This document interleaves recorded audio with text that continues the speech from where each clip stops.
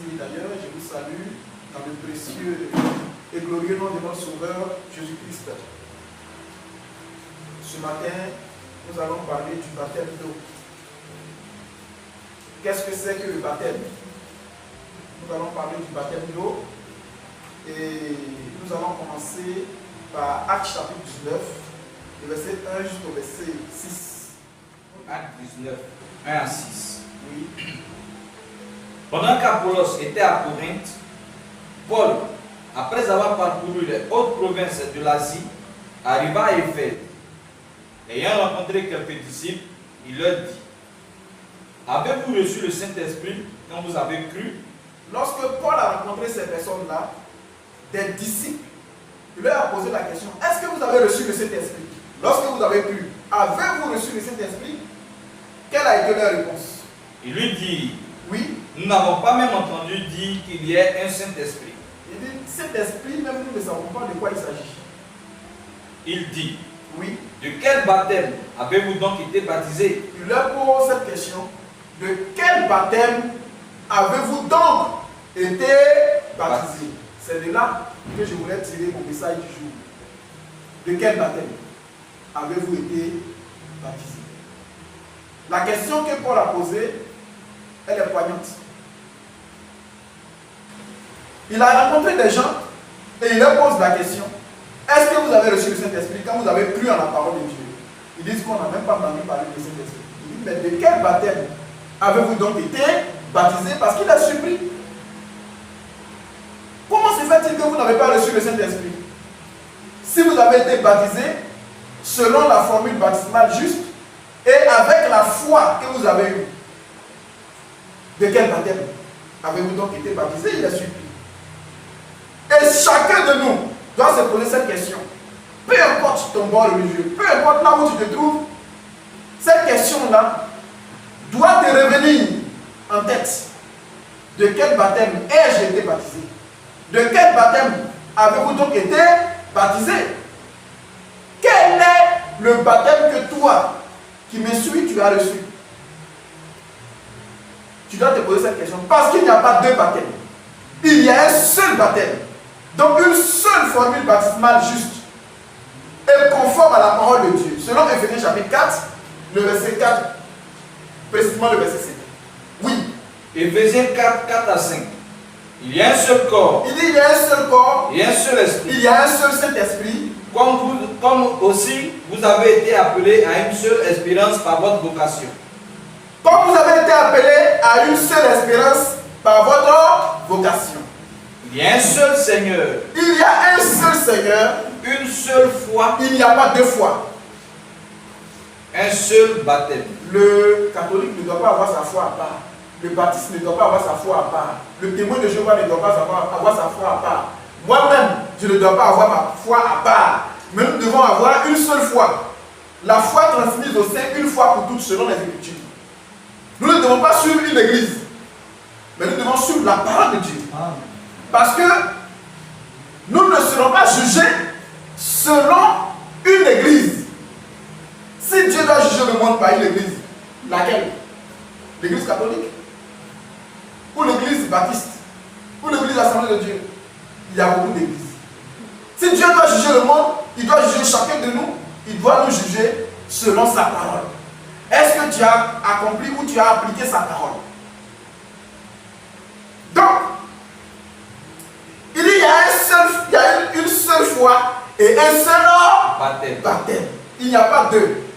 Donc, si tu n'as pas été baptisé selon la formule juste, c'est que la formule que tu as reçue n'est pas juste. Parce qu'il y a une seule formule. Il n'y en a pas deux.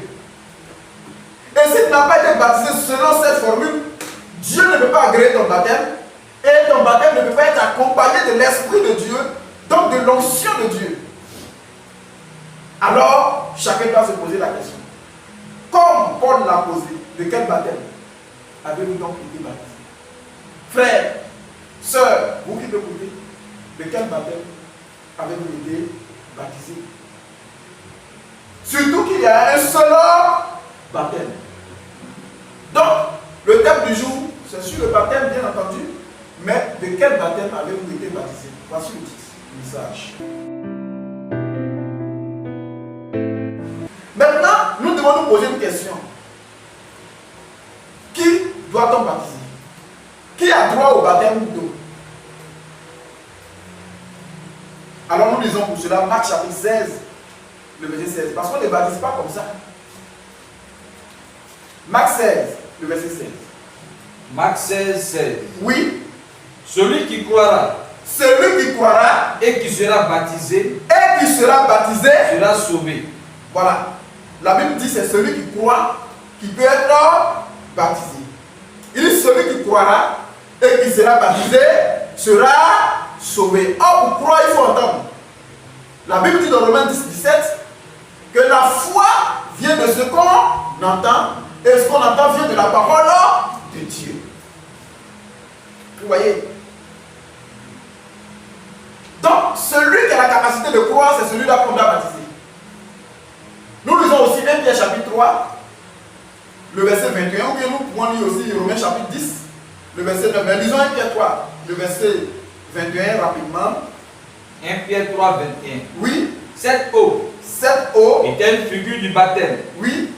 Qui n'est pas la purification des souillures du corps. Vas-y. Mais l'engagement d'une bonne conscience envers Dieu. Vous voyez que le baptême, c'est un engagement qu'on prend. Un engagement d'une bonne conscience envers Dieu et qui maintenant nous sauve. Et qui maintenant vous sauve. Vous voyez? Donc il faut être capable de pouvoir prendre un engagement. De pouvoir suivre le Seigneur Jésus-Christ. Parce que Pierre a dit, avant de baptiser les gens, il a dit, répentez-vous. Et que chacun de vous soit baptisé. Donc il faut une repentance. Donc pour que quelqu'un soit baptisé, il faut qu'il croie et qu'il ait la capacité de pouvoir prendre un engagement. Ce qui exclut catégoriquement les fous, les malades mentaux. Un fou, tu ne peux pas le baptiser. Comment il a cru en quoi? Est-ce qu'il a la capacité de pouvoir analyser et de prendre un engagement? Est-ce qu'un malade mental peut le faire? Encore moins un bébé. Le bébé peut prendre quel engagement? Vous voyez? Nous ne devons pas suivre la doctrine des églises. Même ici, les doctrines de l'église ici là, sont aussi fausses que toutes les autres églises. Mais c'est la parole de Dieu qui est la vérité. Donc, dans n'importe quel endroit, il faut que la parole de Dieu soit respectée. Ici, on peut se tromper, mais nous devons être d'accord sur les Écritures. Amen. Nous lisons Romains 10, le verset 9 à 10. Romains 10, 9 à 10. Si tu confesses de ta bouche le Seigneur Jésus, et si tu crois dans ton cœur que Dieu l'a ressuscité des morts, vas-y, et si tu crois que Dieu l'a ressuscité des morts, tu seras sauvé. Car c'est en croyant du cœur qu'on parvient à la justice. Et c'est en confessant de la bouche qu'on parvient au salut. Est-ce que le bébé fait cela? Le bébé sait quoi? Il ne sait rien d'autre que t'aider. Mais comment est-ce qu'on peut baptiser un bébé? Alors que la Bible dit celui qui peut être baptisé, c'est celui qui a cru. Mais le bébé a cru en quoi qu'on puisse le baptiser? Et le fou, est-ce qu'il peut croire? Parce que la foi vient de ce qu'on entend. Mais le fou là, qu'est-ce qu'il a entendu comme évangile? Puisqu'il n'a pas la capacité d'analyser, de pouvoir prendre un engagement. Vous voyez? Donc, qui doit-on baptiser? C'est une personne qui a la capacité de croire. Lorsqu'elle ajoute foi à l'évangile, lorsqu'elle prend l'engagement de se repentir et de suivre le Seigneur Jésus-Christ, cette personne-là est éligible et on peut la baptiser. Amen. Maintenant, en deuxième analyse, comment baptiser? Parce que la Bible dit qu'il y a un seul baptême. Donc la formule à utiliser, elle est sine qua non, elle est très importante. Comment baptiser? Parce que vous savez que Jésus-Christ, il est parole. Hein? Jésus-Christ est parole. Sa parole, c'est un message. Dans 2 Corinthiens chapitre 11, verset 4, la Bible dit, si quelqu'un vient à vous et vous annonce un autre Jésus, ou si vous recevez un autre esprit, donc tout Jésus n'est pas Jésus. Jésus, il est parole. C'est pourquoi il a dit, beaucoup vont venir sous mon nom. Et il a dit, certaines personnes m'ont dit au jugement, n'avons pas ressuscité des morts par ton nom, n'avons pas guéri des malades par ton nom. Il dit, je ne vous connais pas. Pourquoi? Parce que tout le monde peut prononcer Jésus. Mais est-ce que c'est le Jésus véritable que tu prêches? C'est pas. Ici, quelqu'un vous annonce un autre Jésus. Donc tout Jésus n'est pas Jésus. Jésus est parole. Et voilà sa parole. Il faut la respecter. Donc la formule qu'on doit utiliser pour baptiser, c'est ce que les apôtres ont pratiqué. Parce que la Bible dit dans Éphésiens chapitre 2, vous avez été édifiés sur le fondement des apôtres et des prophètes. Jésus-Christ lui-même étant la pierre angulaire. Donc nous avons été édifiés sur le fondement des apôtres. C'est pourquoi Paul dit, c'est que vous avez reçu et appris de nous, pratiquez-le. Nous sommes des modèles pour vous. Et même Paul va plus loin, il dit tout ce que vous voyez faire, vous me voyez faire. Lis ça, frère. Philippiens. Philippiens 4, le verset 9, c'est très important. Nous allons lire ça avant d'entrer dans comment baptiser. J'espère que je ne serai pas très long. Philippiens 4, 9. Philippiens 4, 9. Ce que vous avez appris, Ce que vous avez appris, reçu et entendu de moi, il dit ce que vous avez appris. Donc ce que vous voyez, vous avez reçu et entendu de moi.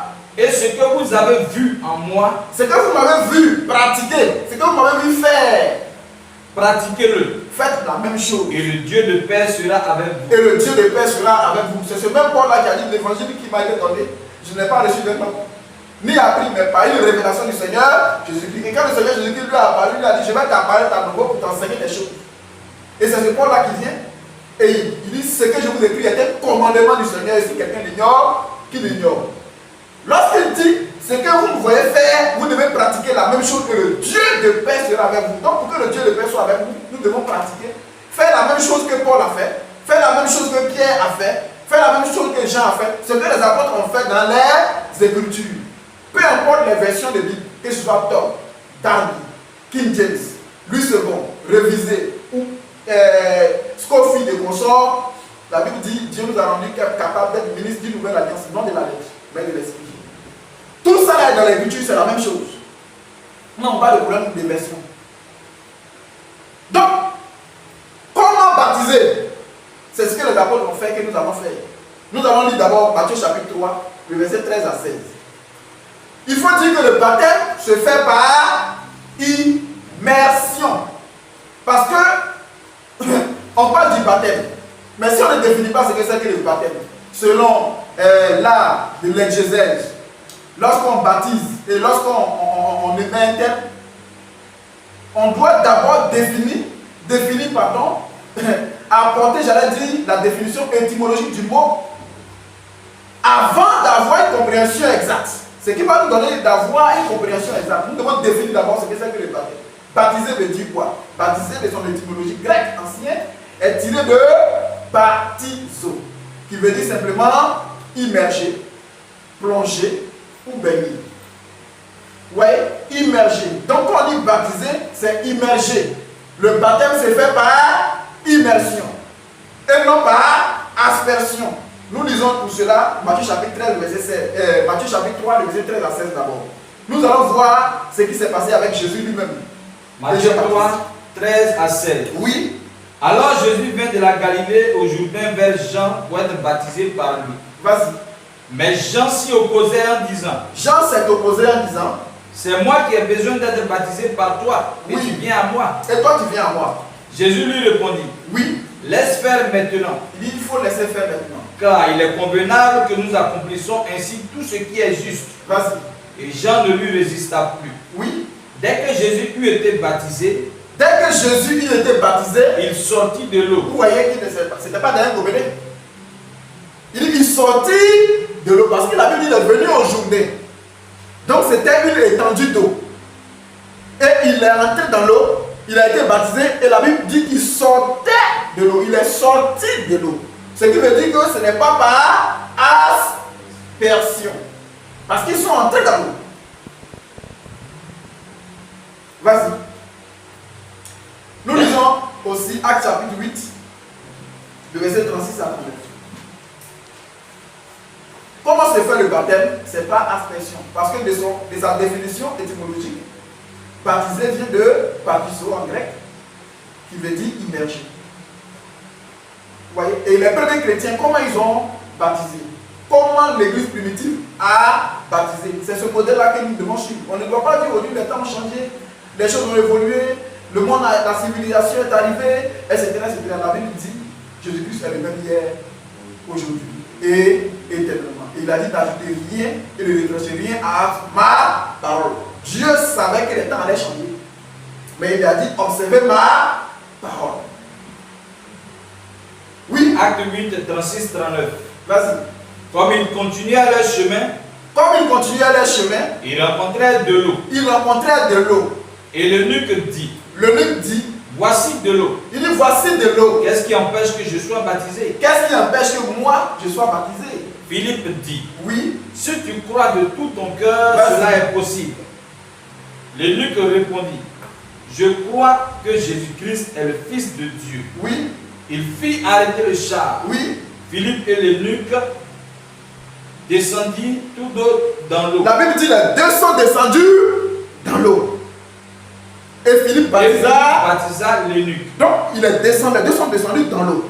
Ce qui veut dire que ce n'était pas un gobelet et puis le monsieur a perché. En ce moment-là, on dit simplement qu'on t'a mouillé. On ne t'a pas baptisé parce qu'il n'a pas été immergé totalement. Et il faut dire que le baptême était symbole. La Bible dit simplement l'ensevelissement du Seigneur Jésus-Christ. C'est-à-dire que c'est un enterrement.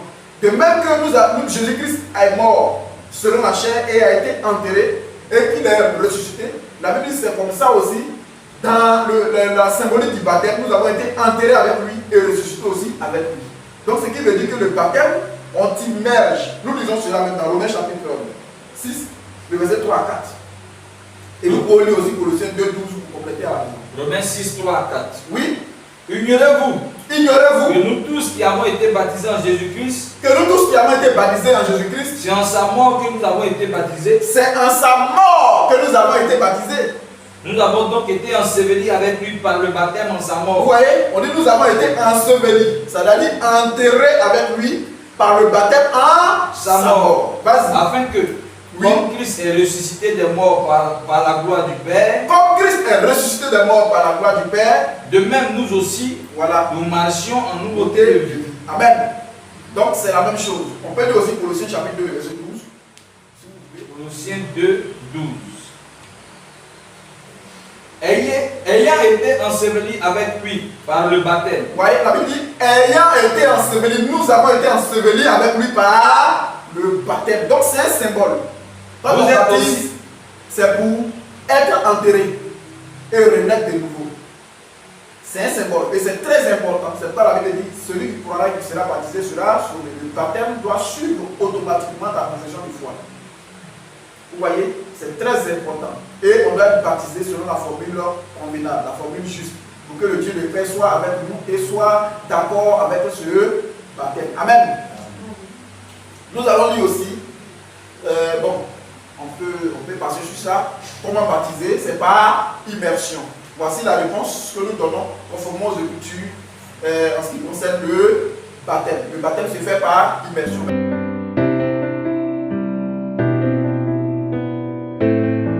Maintenant, quand est-ce qu'il faut baptiser? À quel moment on baptise un croyant? Et quelles sont les conditions que le croyant doit remplir avant d'être baptisé? Le candidat au baptême doit remplir quelles conditions? Vous voyez? Donc voici la question notoire à laquelle nous devons répondre. Nous lisons pour cela Marc chapitre 16, encore le verset 15 à 16. Marc 16, 15 à 16. Oui. Puis il leur dit. Puis Jésus leur dit. Allez par tout le monde et prêchez la bonne nouvelle. Donc il envoie ses serviteurs dans le monde entier pour prêcher la bonne nouvelle, c'est-à-dire évangéliser. Vas-y. Celui qui croira. La Bible dit celui qui croira. Et qui sera baptisé. Donc, aussitôt que la personne croit, pour être baptisé, la condition, c'est d'avoir cru. Il n'y a pas d'autre condition. Lorsque Jésus venait à Jean pour être baptisé, Jésus n'a pas fait des cours de baptême. On ne lui a pas imposé des cours de baptême. Non. Et parfois, ces cours-là même sont payants et c'est malheureux. On va acheter un cahier, on va aller apprendre et les gens ont un argument qu'on donne, on dit bon, si tu ne lui apprends pas les choses de Dieu correctement, quelqu'un qui ne maîtrise pas bien la parole de Dieu et qu'on baptise ce dernier-là demain, il va aller vivre mal, il va mal se comporter encore dans la société et tout ça. Donc il faut qu'on lui enseigne les choses de Dieu d'abord. On ne doit pas adorer Dieu comme on le veut ou comme on le pense. Mais nous devons adorer Dieu comme Dieu lui-même veut. Comme sa parole le déclare. On n'est pas plus sage que Dieu. Tu peux enseigner quelqu'un, lui apprendre tout ce qui est rudiment des Écritures, il va finir d'apprendre tout ça là, il va aller encore mal se comporter. Il y a des gens qui ont fait des cours de baptême et aujourd'hui, d'après eux, ils disent les rétrogradés. Ils sont devenus pires que les païens. Donc ce n'est pas ce qui est garanti. Et ce n'est pas je le sais. Toi, on t'a dit de baptiser. L'Écriture dit qu'il faut baptiser celui qui a cru. Et que tu n'as pas fait des cours, imposé des cours de baptême et que tu l'as baptisé. Et que ce dernier va vivre mal demain. Qui est responsable? Est-ce que c'est toi? Tu n'es pas responsable. Tu n'es pas responsable. Toi, tu as compris ce que Dieu t'a dit de faire. Donc, ce n'est pas à toi de porter ce chapeau. Tu as compris l'Écriture. Si Dieu te demande là, est-ce que tu as accompli ce que je t'ai dit de faire? Il dit oui. Il a cru, il a confessé et je l'ai baptisé. Le reste là, ça n'engage que Dieu. Ce n'est pas à ton niveau. Parce que tu n'es pas capable de pouvoir diriger ta propre vie. Après, à plus forte raison, la vie de ton alter ego, de ton semblable. Vous voyez? Donc, nous lisons Actes chapitre 8, le verset 36 à 39. La condition, Actes 8, 36 à 38. La condition, la seule condition que Dieu demande, c'est la foi. C'est pourquoi dans Matthieu chapitre 28, le verset 19 à 20, d'aller faire de toutes les nations des disciples, les baptisants. Une fois qu'il devient disciple, il baptise, il a cru. Les baptisants, tout simplement. Donc, Acte 8, 36 à 38. Acte 8, 36 et 38. Comme ils continuaient leur chemin, lorsque Philippe a rencontré l'eunuque éthiopien, ou l'eunuque éthiopien a rencontré Philippe parce que c'est l'Esprit de Dieu qui a dit à Philippe d'aller rencontrer l'eunuque éthiopien, lorsqu'il revenait de Jérusalem. Il lui a prêché la parole de Dieu. Pendant qu'il continuait le chemin, regardez ce qui s'est passé. Comme ils continuaient leur chemin, oui, ils rencontraient de l'eau. Il rencontrait quoi? De l'eau. Et l'eunuque dit, voici de l'eau. Il dit, voici de l'eau. Qu'est-ce qui empêche que je sois baptisé? Il n'y a pas mis de temps. Il a dit, voici de l'eau. Des gens qui se sont rencontrés à peine et qui ont conversé sur Isaïe 53. Quand vous pouvez lire un peu plus haut, vous verrez. Ils ont conversé et lui a expliqué, lui a parlé de Jésus. En ce qui concerne Isaïe 53, la Bible dit, par ses meurtrissures nous sommes guéris, s'est élevé devant lui comme une feuille plante, comme un roseau, rejeté, etc., etc. Dans Isaïe 53, on parlait de l'Éternel, qui a reconnu le bras de l'Éternel. Donc, et puis il dit, c'est de Jésus qu'il s'agit ici. Donc il lui a annoncé la bonne nouvelle de Jésus, il a montré que Jésus est le Fils de Dieu. Quand il a vu ça, il a compris ce que veut dire non seulement Fils de Dieu, pas le Fils de Dieu à la manière dont les gens interprètent dans les églises, non. Fils de Dieu, qu'est-ce que ça veut dire? Nous savons cela. Et nous avons beaucoup de... Un jour, on reviendra sur ça. Donc quand il a expliqué, il dit oui, effectivement, Jésus-Christ est le Fils de Dieu. Donc il dit, voici de l'eau. Qu'est-ce qui empêche qu'il soit baptisé? Vas-y. Philippe dit, si tu crois de tout ton cœur, cela est possible. Il dit, cela est possible. Donc la condition, c'est la foi de l'individu. Et non sa grande connaissance des mystères de Dieu. La seule condition pour être baptisé, c'est la confession de foi. Si la personne croit, il est déjà apte à être baptisé. Ce n'est pas en ayant emmagasiné beaucoup de connaissances qu'on te baptise, non. Si la personne réclame son baptême, il a le droit d'être baptisé s'il confesse la véritable foi, la foi authentique. Et ce n'est pas des jours plus tard qu'on doit le baptiser, ou des années plus tard. S'il a demandé aujourd'hui, on doit le baptiser. Vous voyez? Donc, quand est-ce qu'on baptise et quelles sont les conditions requises pour être éligible, pour être apte à être baptisé? C'est simplement la confession de foi et on te baptise systématiquement. Il n'y a pas de jour, il n'y a pas de moment, il n'y a pas une période bien donnée où on dit bon, on regroupe plusieurs croyants parce qu'ils ont fini de faire leur cours. Aujourd'hui, on doit les baptiser et organiser une fête. Ils vont chercher des parrains et des marraines. Et toutes ces choses, ça n'existe pas dans les Écritures. Ces choses-là sont venues tout simplement de la civilisation humaine. Nous lisons le texte. Acte 8 toujours. Philippe dit, si tu crois de tout ton cœur, donc il dit si tu crois de tout ton cœur, le baptême cela est possible. Vas-y. L'eunuque répondit, je crois que Jésus-Christ est le Fils de Dieu. Il dit, je crois que Jésus-Christ est le Fils de Dieu. Sur ce fondement, qu'est-ce qui s'est passé? Il fit arrêter le char. En même temps, il a arrêté son véhicule. Philippe et l'eunuque descendirent tous deux dans l'eau. La Bible dit les deux sont descendus automatiquement dans l'eau. Et Philippe baptisa l'eunuque. Et Philippe a baptisé l'eunuque. Voici la condition. Et il n'a pas attendu des jours plus tard, des mois plus tard, ou être des années plus tard. Parfois même les cours l'avant jusqu'à des années. Ce n'est pas conforme aux Écritures. Il dit nous devons être baptisés selon les Écritures. Il dit ce que vous avez appris, vu, reçu, ce que vous m'avez vu faire, pratiquez-le et le Dieu de paix sera avec vous. Et la Bible dit vous avez été édifiés sur le fondement des apôtres. Nous n'avons pas été édifiés sur le fondement des écoles de théologie, mais sur le fondement des apôtres. Vous voyez? Donc, il a baptisé systématiquement. Nous lisons Actes chapitre 2 pour compléter, parce que la Bible dit un seul verset ne peut pas faire une doctrine. Il dit il faut le témoin, le 2 ou le 3 pour attester quelque chose de vrai. La déposition de 2 ou 3 témoins. Nous lisons Actes chapitre 2, le verset 37 à 38. Acte 2, 37 à 38. Jusqu'au verset 41 42. Oui. Après avoir entendu ce discours, Lorsque Pierre a évangélisé les gens pour la première fois, le jour de la Pentecôte dans Actes chapitre 2, le Saint-Esprit est descendu. Quand il a fini d'évangéliser, la Bible dit, les gens qui ont écouté, après avoir entendu le discours de Pierre, ils eurent le cœur vivement ils ont touché. été touchés dans leur âme. Et il dit à Pierre et aux autres apôtres, Ils ont dit à Simon, Pierre et les autres apôtres, hommes frères, hommes frères, que ferons-nous? qu'est-ce qu'on doit faire pour être sauvés?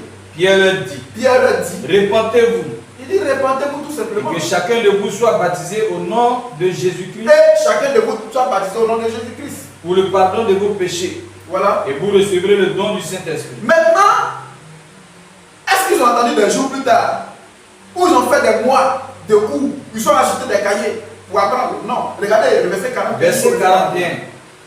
Ceux qui acceptèrent sa parole Ceux qui ont accepté cette parole, cette prédication de Pierre, furent baptisés. ils ont été baptisés. Et en ce jour-là, En ce même jour, le nombre des disciples s'augmenta d'environ 3000 âmes. donc 3000 personnes ont été baptisées.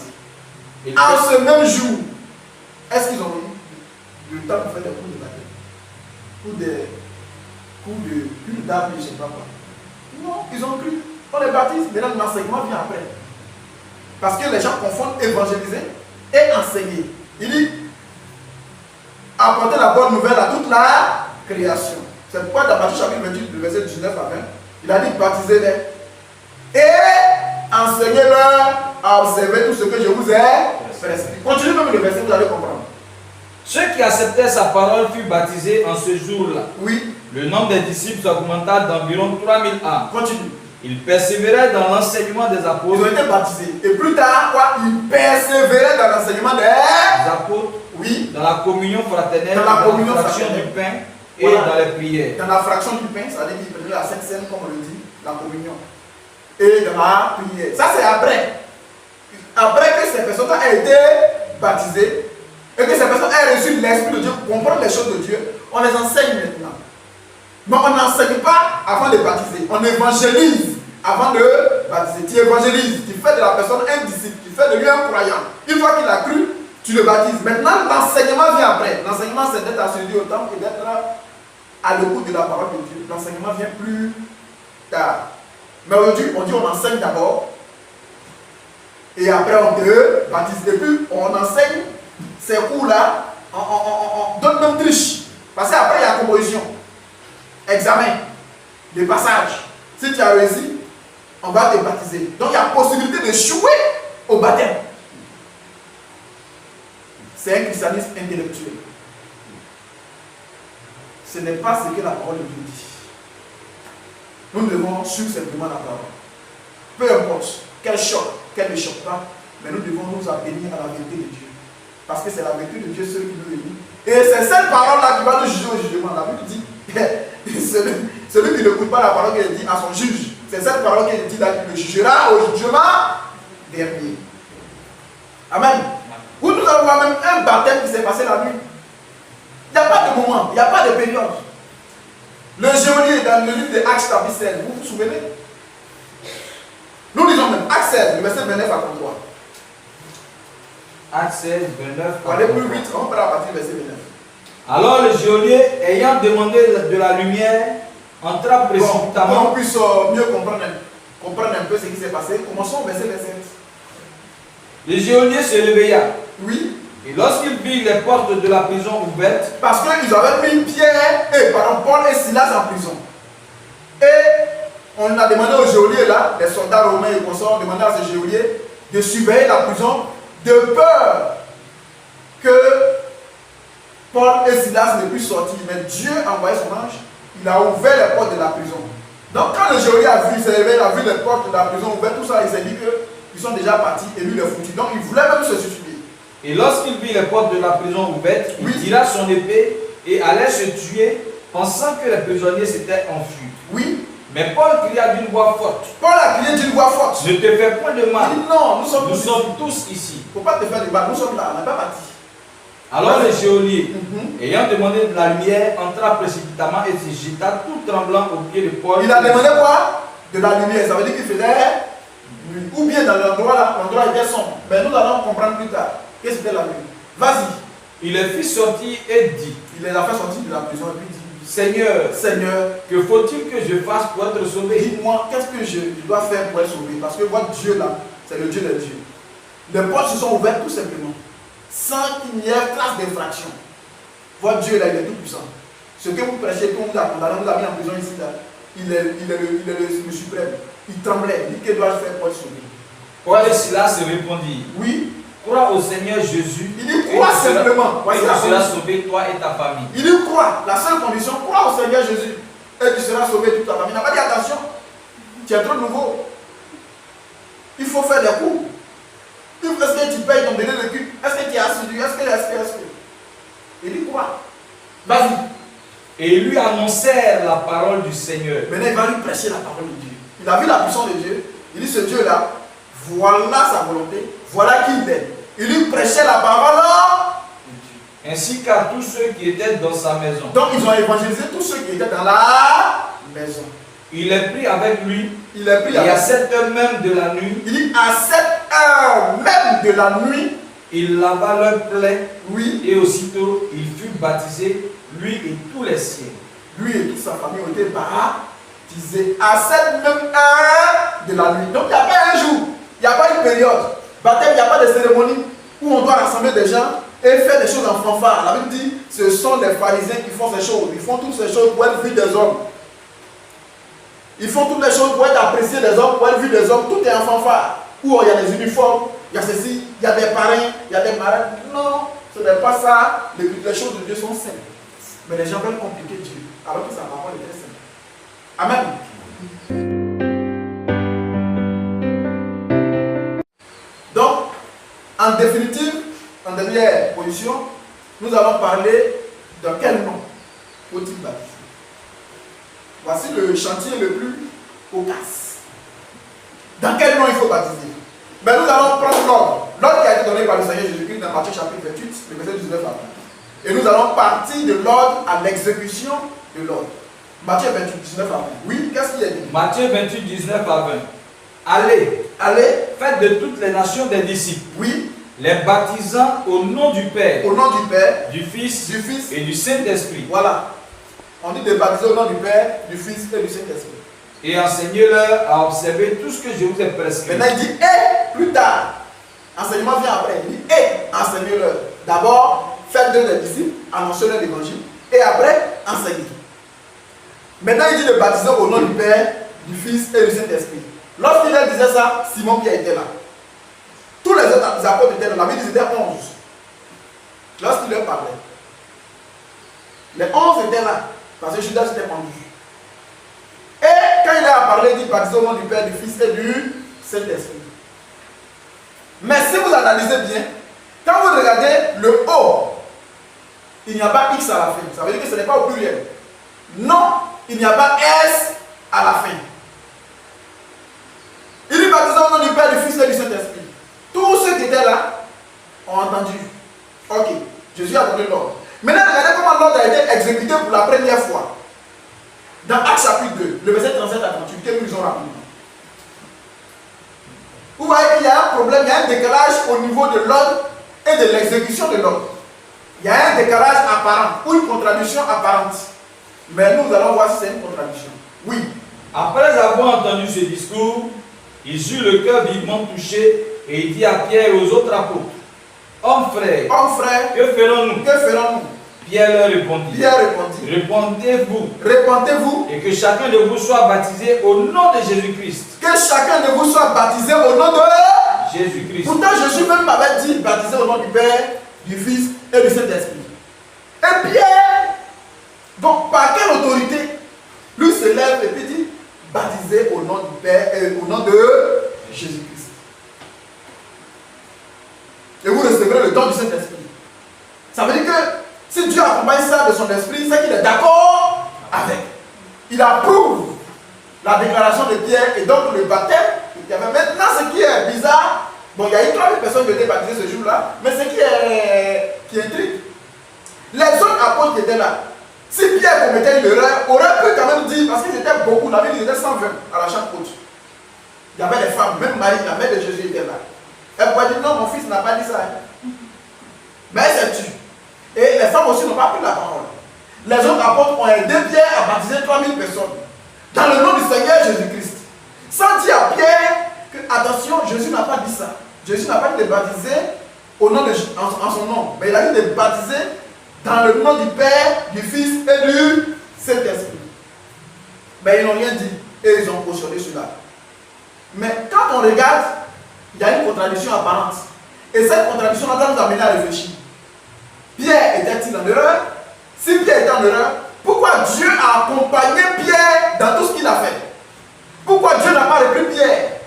Et pourquoi Pierre, son ombre même guérissait? L'onction de Dieu était avec Pierre jusqu'à sa mort. Il imposait les mains aux gens. Et Dieu même le suivait, même en prison, l'ange du Seigneur, qui est Dieu sous la forme d'un ange, et en train d'avoir parlé de délivrer Pierre de la prison. S'il avait commis une erreur, pourquoi Dieu l'accompagnait? Et les miracles suivaient, et que les gens qui baptisaient recevaient le Saint-Esprit. Si Pierre n'est pas en erreur, ça veut dire que nous n'avons pas compris quelque chose quelque part. Donc nous devons chercher à comprendre.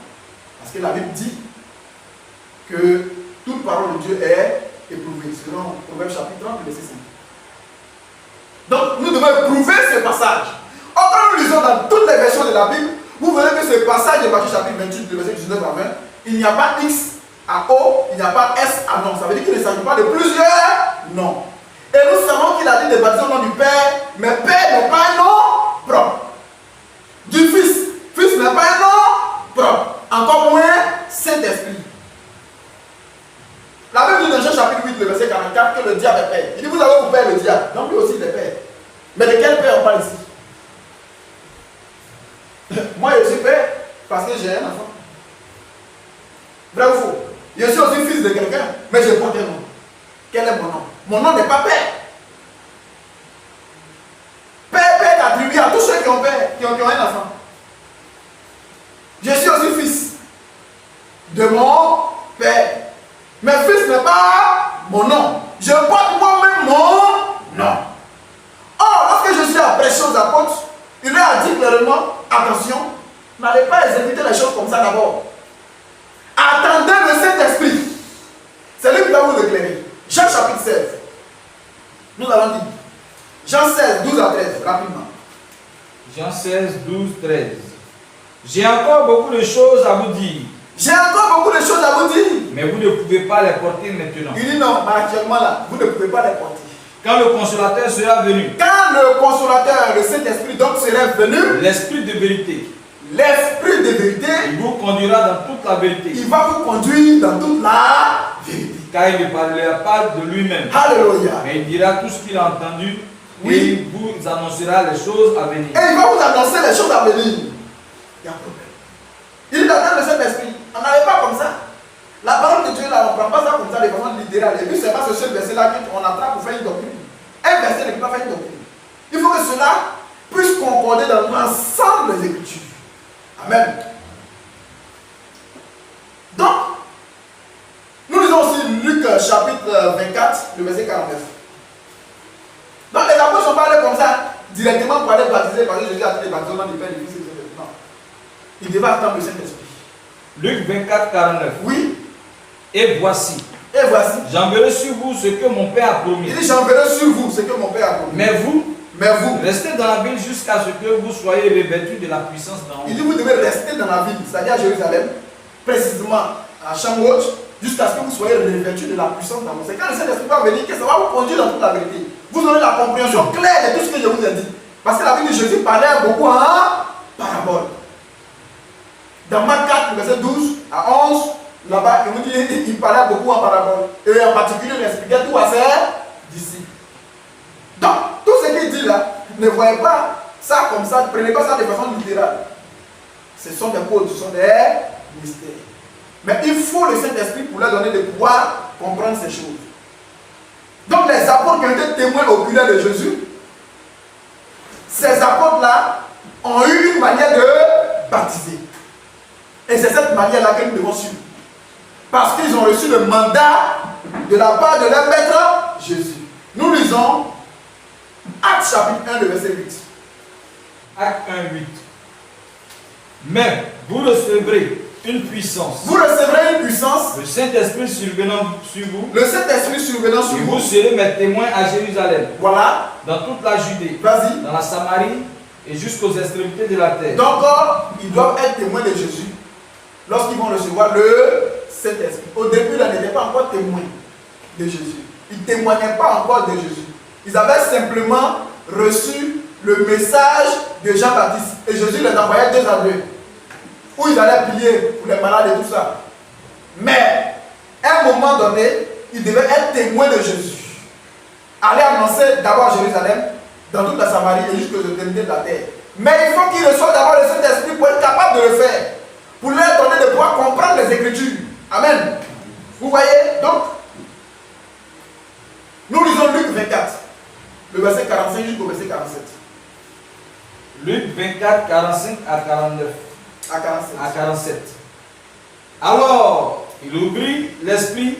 Il a ouvert l'esprit. Alors, Jésus leur ouvrit l'esprit. Afin qu'ils comprissent les Écritures. Pour qu'ils puissent comprendre les Écritures. Donc, il faut que ton esprit soit ouvert pour pouvoir comprendre ce qui est écrit là. Matthieu 28, 19 à 20.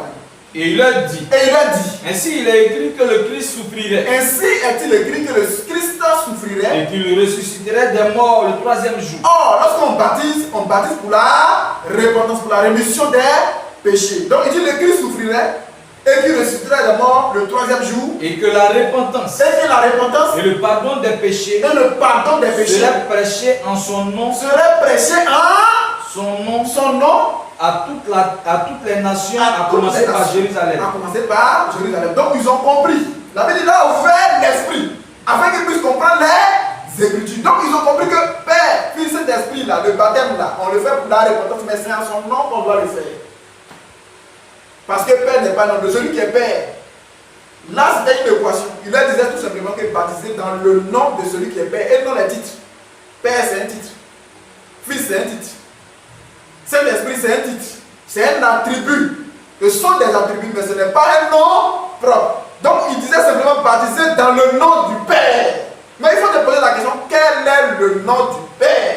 Et si tu as trouvé le nom, c'est dans ce nom-là que tu dois baptiser. Et non de baptiser dans les titres. C'est pourquoi Pierre a baptisé au nom du Seigneur Jésus-Christ. Quand il a ouvert l'esprit, il a dit la repentance et le pardon des péchés seraient prêchés en son nom. Donc Pierre dit repentez-vous, que chacun de vous soit baptisé au nom du Seigneur Jésus-Christ. Et ceux-là ont reçu le Saint-Esprit. Et Dieu a été d'accord avec Pierre. Amen.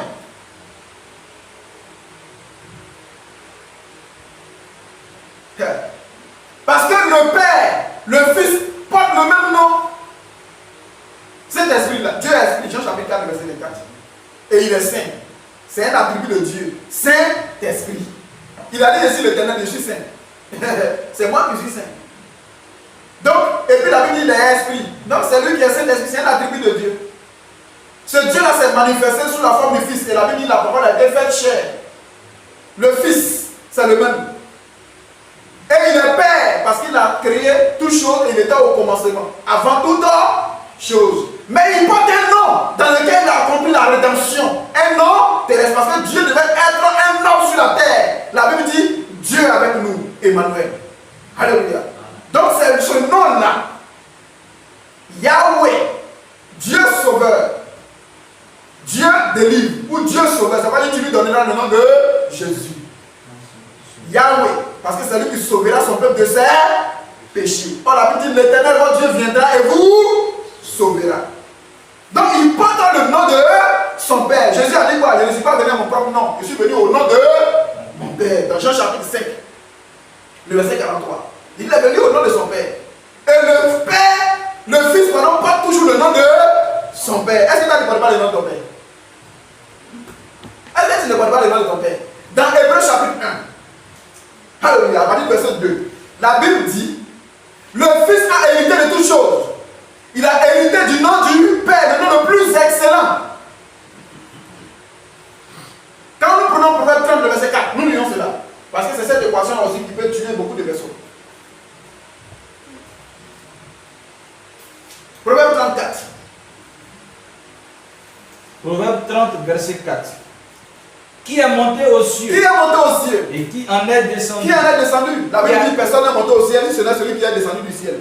Dans Jean chapitre 3, le verset 13. Qui a recueilli le vent dans ses mains? Qui a recueilli le vent dans ses mains? Qui a serré les eaux dans son vêtement? Vas-y. Qui a fait paraître les extrémités de la terre? Qui a fait paraître les extrémités de la terre? Quel est son nom? Quel est son nom? Et quel est le nom de son fils? Apparemment, il y a deux noms. On dit quel est son nom? Et quel est le nom de son fils? Le sais-tu? Est-ce que tu le sais? Mais le verset 5 nous dit quoi? Toute parole de Dieu est Il éprouvée. dit toute parole de Dieu est éprouvée. Ça, là, il faut éprouver ça. Quel est son nom et quel est le nom de son fils? Il ne peut pas avoir deux noms parce que le fils porte le nom du Père. Le fils porte toujours le nom du Père. La Bible dit qu'il a hérité dans nous lisons Philippiens chapitre 2. Le verset 9 à 11. Philippiens 2, 9 à 11. Oui. C'est pourquoi C'est pourquoi aussi Dieu l'a souverainement élevé Dieu a souverainement élevé le Seigneur. et lui a donné le nom qui est au-dessus de Donc il a reçu le nom du Père et lui a donné le nom qui est au-dessus de tout nom. Si ce nom là au-dessus de tout nom, c'est que c'est le nom du Père. Un nom qui est au-dessus de tous les autres noms. C'est que c'est le nom de Dieu. Parce qu'il n'y a pas un autre nom qui peut être au-dessus du nom de Dieu. Mais il lui a donné le nom qui est au-dessus de tout nom. Vas-y. afin qu'au nom de Jésus, Afin qu'au nom de Jésus, tous genoux fléchissent dans les cieux, au ciel, tout genou doit fléchir devant ce nom. Donc Dieu, s'il est là-bas, il doit fléchir devant ce nom de Jésus. Donc ça doit être forcément lui son nom. Il dit tous genou fléchissent dans les cieux, sur la terre sur la terre et sous la et terre, même en dessous terre. et que toute langue confesse que Jésus-Christ est Seigneur, Et que toute langue confesse que Jésus-Christ est Seigneur, Alléluia. à la gloire de Dieu le Père. Donc voilà, le Fils a hérité de ce nom. Et la Bible parle même d'un nom excellent, d'un nom glorieux. Quel est ce nom glorieux? Quand Manouach a rencontré l'un du Seigneur, il lui a dit quoi? Fais-moi connaître ton nom. Il a dit il est merveilleux. Ce nom est merveilleux. Or la Bible dit que ce nom a été sera révélé plus tard, puisqu'il a dit mon peuple connaîtra Mon nom. mon nom. Il y a Dieu qui parle, mon peuple connaîtra mon nom. Écoutez aussi Jésus. Qu'est-ce que Jésus dit? Jean 17, verset 5 à 6. Jean 17, 5 à 6. Dans sa prière sacerdotale. Jean 17, 5 à 6. 5 à 6. Et maintenant, toi, Et maintenant, toi, Père, Père, glorifie-moi glorifie-moi auprès de toi-même de la gloire auprès que de j'ai- toi-même. Oui. de la gloire que j'avais auprès de toi avant que le monde fût. Vous voyez comment Jésus parle? Jésus dit il avait la gloire avant que le monde soit. Il dit glorifie-moi auprès de toi-même. De la gloire que j'avais auprès de toi avant que le monde puisse exister. J'ai fait connaître ton nom aux hommes Alléluia. que tu m'as donné. Il dit j'ai fait connaître ton nom aux hommes que tu m'as donné du milieu du monde. Donc Jésus a fait connaître quel nom? En dehors de son nom. Le nom de Jésus, il a fait connaître quel nom? Il a fait connaître le nom de Simon Pierre. Le nom de Matthieu. Il a fait connaître son nom. Donc il dit Père, j'ai fait connaître ton nom. Quel est le nom que Jésus a fait connaître? Si ce n'est pas Jésus-Christ. Jésus qui est le Christ. Ça veut dire Dieu, ouais, pour sauver. Yahweh, sauveur. C'est ce que ça veut dire. Jésus. Tu lui donneras le nom de Jésus. Il sauvera son peuple de ses péchés. Yahweh, sauveur. Jésus-Christ. Yeshua Amashia en hébreu. Dieu, ouais, pour sauver. Christ, qui est tiré du grec Christos, qui veut dire onction, ou celui qui est ouais. Et Jésus, qui est tiré de Jesus, qui a pour la même racine que Josué, qui veut dire Dieu sauve ou Dieu délivre. Donc Jésus-Christ, ça ne peut pas être le nom d'une autre personne. Parce que c'est Dieu qui sauve son peuple de ses péchés. Il n'y en a pas deux, il est Emmanuel. Dieu est avec nous. Donc c'est son nom, c'est dans son nom qu'on doit baptiser. Alléluia. Donc, nous lisons encore Jean chapitre 17, le verset 11 à 12. Jean 17, 11, 12. Oui. Je ne suis plus dans le monde. Je ne suis plus dans le monde. Et ils sont dans le monde. Et ils sont dans le monde. Et je vais à toi. Et je vais à toi. Père Saint, Père Saint, garde en ton nom ce que tu m'as donné, afin qu'ils soient un comme nous. Ici, normalement, c'est garde-les en ton nom que tu m'as donné. Mais ici, la Luce second a mal traduit. Mais si nous prenons la version Scofield, nous verrons cela. Il va dire dans la version Scofield. La Bible, c'est quoi la Bible dit la lettre tue? La lettre, là, ça tue. Il faut avoir l'esprit pour pouvoir interpréter la lettre. Il y a des versions dans Darby qui concordent mieux sur certains points. C'est pourquoi la parole de Dieu là, nous on n'a pas problème de version. La Bible est juste, mais les traducteurs, il y a des endroits où il y a des manquements. Mais il faut l'esprit de Dieu pour que la doctrine soit coordonnée. Regardez bien ce qu'il dit ici. Jean 17, 11, 12, selon la version Scofield. Oui. Je ne suis plus dans le monde. Je ne suis plus dans le monde. Et ils sont dans le monde. Eux, ils sont dans le monde. Et je vais à toi. Et moi, je vais à toi. Père Saint, Père Saint, garde-les en ton nom que tu m'as donné. Vous voyez la différence? Afin qu'ils soient un comme nous. Il dit garde-les en ton nom que tu m'as donné. Il lui a donné le nom qui est plus excellent. C'est ce qui est juste. Donc ici, dans la tradition, Scofield a réussi par rapport à Louis II. Continue le texte. Lorsque j'étais avec eux dans le monde, je les gardais en ton nom. Je les gardais en ton nom. J'ai gardé ce que tu m'as donné. Amen. Il dit je les gardais en ton nom. Donc c'est le nom de Jésus. C'est dans son nom-là que nous sommes gardés. Vous voyez, là où l'autre ça à mon nom, je suis au milieu d'eux. Donc la version Scofield est juste. Ne soyez pas scandalisés par les versions. La Bible dit dans 2 Corinthiens chapitre 3, verset 6, nous lisons. Nous ne sommes pas ministres de la lettre. Nous, là, ce n'est pas la lettre.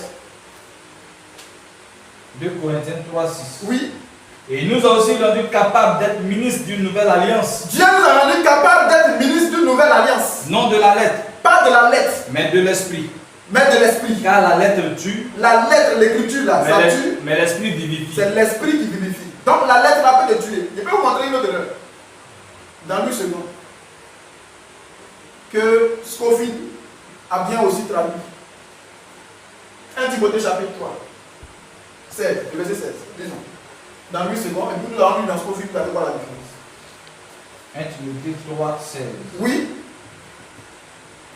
Et sans contredire. Le mystère de la piété est grand. Le mystère de la piété est grand. Celui qui a été manifesté en chair. Vous voyez, ils n'ont pas dit le nom. On dit celui qui a été manifesté en chair. Ici, ce n'est pas précis. Donc, je ne peux pas appeler ça une erreur en tant que tel. Celui qui a été manifesté en chair. Justifié par l'esprit. Vu des anges. Prêché aux gentils. Qui est prêché aux nations, aux gentils?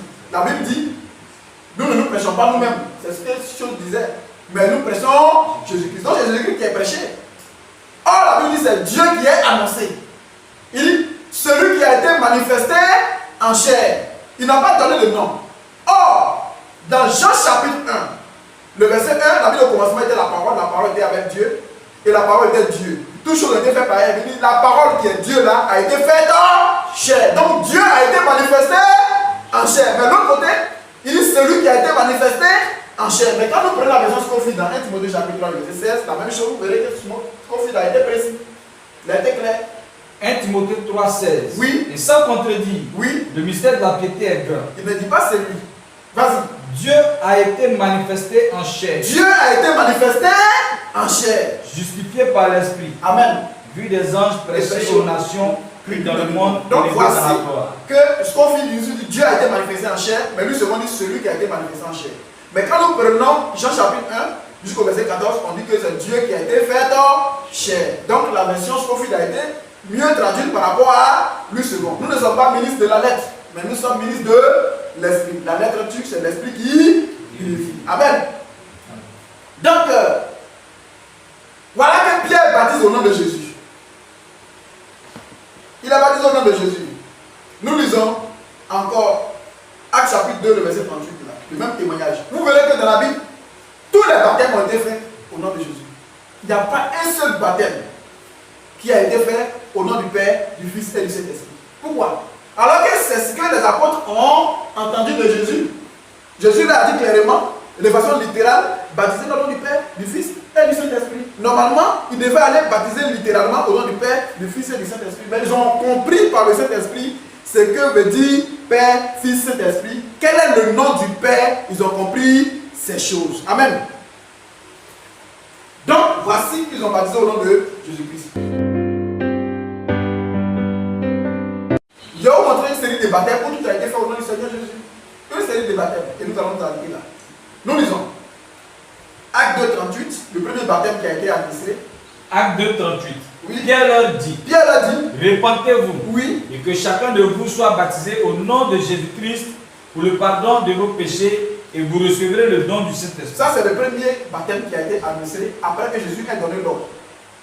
Nous lisons Acte chapitre 8, 14 à 17. Le verset 14 à 17. Ça, c'est le deuxième baptême. Nous suivons. Acte 8, 14 à 17. Les apôtres qui étaient à Jérusalem. Le deuxième baptême dont rend témoignage de l'Écriture. Sinon, il y a d'autres baptêmes qui ont été faits dans l'Écriture, mais qui n'ont été faits en leur temps. Mais on n'a pas retracé tous les frères qui ont été baptisés. Mais ce qui est essentiel pour le salut a été mis dans l'Écriture. Vas-y. Les apôtres qui étaient à Jérusalem, ayant appris que la Samarie avait reçu la parole de Dieu, oui, ils envoyaient Pierre et Jean. Ils ont envoyé Pierre et Jean. Ceux-ci, arrivés chez les Samaritains, prièrent pour eux afin qu'ils reçussent le Saint-Esprit. Quand ils sont arrivés chez les Samaritains, puisque la parole était arrivée là-bas, il y avait des gens qui ont cru, ils ont prié pour eux pour qu'ils reçoivent le Saint-Esprit. Car il n'était encore descendu sur aucun d'eux. Les gens qui avaient été baptisés n'avaient pas encore reçu le Saint-Esprit, mais ils avaient été déjà baptisés. Donc ils sont plus venus pour les rebaptiser, mais ils leur imposaient simplement les mains pour qu'ils reçoivent le Saint-Esprit. Mais au départ là, comment ils avaient été baptisés? Nous lisons. Ils avaient seulement été baptisés au nom du Seigneur Jésus. Ils avaient seulement été baptisés au nom du Seigneur Jésus sans recevoir l'imposition des mains. Alors Pierre et Jean leur imposaient les mains et ils reçurent le Saint-Esprit. Le Saint-Esprit. Donc ils ont été baptisés quoi? Comment? Au nom du Seigneur Jésus-Christ. Nous lisons encore notre témoignage. Acte chapitre 10, le verset 47 à 45. À 48, pardon. Acte chapitre 10, 47, 45, 40. 47 à 48. 47, 48. Alors Pierre dit, peut-on refuser l'eau du baptême? Parce que Pierre a prêché et les gens ont reçu le Saint-Esprit. Tellement leur foi était vraiment grande. Ils ont reçu en même temps le Saint-Esprit. Parce que le Saint-Esprit, on peut le recevoir avant ou pendant ou après son baptême. Ça dépend de Dieu. Il n'y a pas de... Vas-y, frère. Alors Pierre dit, peut-on refuser l'eau du baptême à ceux qui ont reçu le Saint-Esprit aussi bien que nous? Pourquoi on va refuser de baptiser ceux qui ont déjà reçu le Saint-Esprit? Puisque l'Écriture dit de baptiser ceux qui ont cru. Et Dieu m'a confirmé que ceux-là, ils ont la véritable foi en leur donnant le Saint-Esprit. Le Saint-Esprit qui est le gage du salut. Donc baptisons-les alors. Donc qu'est-ce qui se passe? Et il ordonna qu'ils fussent baptisés au nom du Seigneur. Il dit quoi? Il a ordonné que ceux-là soient baptisés au nom du Seigneur. Qui est ce Seigneur? Nous allons revenir là-dessus tout à l'heure. Nous continuons. Acte 19, le verset 1 à 5, que nous avons lu précédemment. Acte 19, 1 à 5. Oui. Pendant qu'Apollos était à Corinthe, oui, Paul, après avoir parcouru les hautes provinces de l'Asie, arriva à Éphèse. Ayant rencontré quelques disciples, il leur dit, avez-vous reçu le Saint-Esprit quand vous avez cru? Est-ce que vous avez reçu le Saint-Esprit lorsque vous avez cru? Il répondit, nous n'avons pas même entendu dire qu'il y ait un Saint-Esprit. Il dit, de quel baptême avez-vous donc été baptisé? Oui. Et il répondit, du baptême de Jean. Je les imagine ce jour-là. Il y a le baptême de Jean. Jean même qui a baptisé Jésus. C'est son baptême qu'on a reçu. Alors Paul dit, Jean a baptisé du baptême de repentance. Jean a baptisé du baptême de la repentance. Disant au peuple de croire en celui qui venait après lui, c'est-à-dire en Jésus. Il vous préparait à croire en Jésus qui devait venir parce que le message de Jésus n'avait pas commencé. Et c'est le message du jour, dans le message de ton temps que tu dois être baptisé. Si tu n'es pas baptisé dans le message de ton temps, tu n'es pas à jour. C'est pourquoi il posé la question, de quel baptême avez-vous été baptisé? Parce qu'en chaque temps, en chaque période, il y a comment on appelle ça? Il y a un message que Dieu envoie. Dieu ne peut pas te dire, quand Noé prêchait là, est-ce que tu as cru que tu es monté dans l'arche? Dieu ne va te poser cette question parce qu'il n'était pas autant de Moïse. Quand Abraham était sur la terre, est-ce que toi tu as accepté de te faire circoncis? Tu n'étais pas autant d'Abraham. Dieu va te demander en ton temps. Est-ce que tu as cru? Donc c'est le temps de Jésus, le message de Jésus. Et le baptême doit se faire conformément au temps de Jésus. Parce que c'est Jésus qui est prêché dans le Nouveau Testament. Vas-y. Sur ces paroles, ils furent baptisés au nom du Seigneur Jésus. Ils ont été baptisés au nom du Seigneur Jésus. Vous ne verrez jamais dans les 66 livres de la Bible, dans les 1180 chapitres, vous ne verrez jamais un seul baptême qui a été administré par un croyant ou à un croyant, par un apôtre, dans le titre de Père, Fils et Saint-Esprit ou dans cet attribut-là. Jamais. Ils ont toujours baptisé dans le nom du Seigneur Jésus. Aucun baptême. Or, il dit ce que vous avez appris et reçu de nous, pratiquez-le, le Dieu de paix sera avec vous. Continue, frère. Lorsque Paul leur eut imposé les mains, le Saint-Esprit vint sur eux et ils parlaient en langue et prophétisaient. Donc, quand il les a baptisés sur ce fondement-là, il leur a imposé les mains, le Saint-Esprit a confirmé ce baptême au nom de Jésus. Amen. Nous lisons encore Actes chapitre 22, le verset 12 à 16. Nous allons voir même le baptême de Paul. Paul a été baptisé aussi par le disciple Ananias. Paul, même le modèle là. Comment il a été baptisé? Nous lisons celui-là. Actes 22, 12 à 16. Vas-y. Or, un nommé Ananias, c'est Paul qui rend lui-même le témoignage. Homme pieux, selon la loi, et de qui tous les Juifs demeurant à Damas rendaient un bon témoignage, vint se présenter à moi et me dit, oui, Saul, mon frère, oui, recouvre la vue. Au même instant, j'ai recouvré la vue et je le regardais. C'est Paul qui témoigne de lui-même. Il dit, le Dieu de nos pères t'a destiné à connaître sa volonté, à voir le juste et à entendre les paroles de sa bouche. Oui. Car tu lui serviras de témoin auprès de tous les hommes des choses que tu as vues et entendues. Et maintenant, que tardes-tu? Maintenant, il dit à Pierre, que tardes-tu? Lève-toi. Sois baptisé et lavé de tes péchés. En invoquant le nom du Seigneur. Et qui est ce Seigneur? Son nom là c'est qui? Actes chapitre 9, le verset 5. Nous lisons cela. Le Seigneur c'est qui? La Bible de Jésus-Christ est Seigneur. Dans Philippiens chapitre 2, le verset 10 à 11. Et la Bible dit qu'il y a un seul Seigneur. Selon Éphésiens chapitre 4, le verset 5. Il dit qu'il y a un seul Dieu, aussi un seul Seigneur. Donc le nom du Seigneur dont on parle ici c'est qui? Acte 9, 5. Oui. Il répondit. Qui es-tu, Seigneur? Quand Paul est tombé sur la route de Damas, lorsque la colonne de feu, la lumière, cette nuée de gloire là, l'a placé, la voix qui est sortie dedans, et il a dit, qui es-tu, Seigneur? Parce qu'il sait qui est le Seigneur. Il sait que le Seigneur se manifeste de cette manière, parce que c'est un hébreu. Il dit, qui es-tu, Seigneur? Ça dit, quel est ton nom en d'autres termes? Et qu'est-ce que le Seigneur dit? Et le Seigneur dit, je suis Jésus que tu persécutes. Amen. Donc le Seigneur là, c'est Jésus. Donc quand il dit la baptisé au nom du Seigneur, pas parce que cette partie-là n'a pas été précisée, que les gens vont attraper pour dire c'est un autre nom. Non, c'est de Jésus qu'on parle ici. On peut même en lire encore dans Luc chapitre 2, le verset 10 à 11. Luc 2, 10 à 11. Oui. Mais l'ange leur dit, ne craignez point. Car je vous annonce une bonne nouvelle. Qui sera pour tout le peuple le sujet d'une grande joie. C'est qu'aujourd'hui dans la ville de David, il vous est né un sauveur. Qui est le Christ. Le Seigneur. Dernier témoignage, Acte 10, verset 36. Vous montrez qui est le Seigneur. Acte 10, 36. Il a envoyé la parole aux fils d'Israël. Oui. En leur annonçant la paix par Jésus-Christ, qui est le Seigneur de tous. Jésus-Christ est le Seigneur de tous. Donc quand on dit qu'ils ont été baptisés au nom du Seigneur, ne pensez pas que c'est autre personne. Il n'y a pas autre Seigneur, il y a un seul Seigneur, c'est Jésus-Christ. Amen. Et d'ailleurs même, la Bible dit en conclusion, Colossiens chapitre 3, verset 17, nous terminons par ce verset. Le baptême fait partie d'une œuvre. Le baptême là, on prononce aussi une parole. Donc si on doit administrer un baptême, ça doit être forcément dans le nom du Seigneur Jésus-Christ. Selon ce témoignage. Colossiens 3, verset 17, nous terminons par là. Colossiens 3, 17. Et quoi que vous fassiez, il dit peu importe tout ce que vous allez faire, quoi que vous fassiez, en parole ou en œuvre, ou en œuvre, faites tout au Faites nom du tout. Seigneur Jésus. au nom du Seigneur Jésus-Christ. Donc, prière, baptême, tout ce que le chrétien doit faire, c'est dans le nom du Seigneur Jésus-Christ. Amen. Amen. C'était le petit message que je voulais partager avec vous. Dieu vous bénisse. Et à la prochaine pour un autre message. Shalom.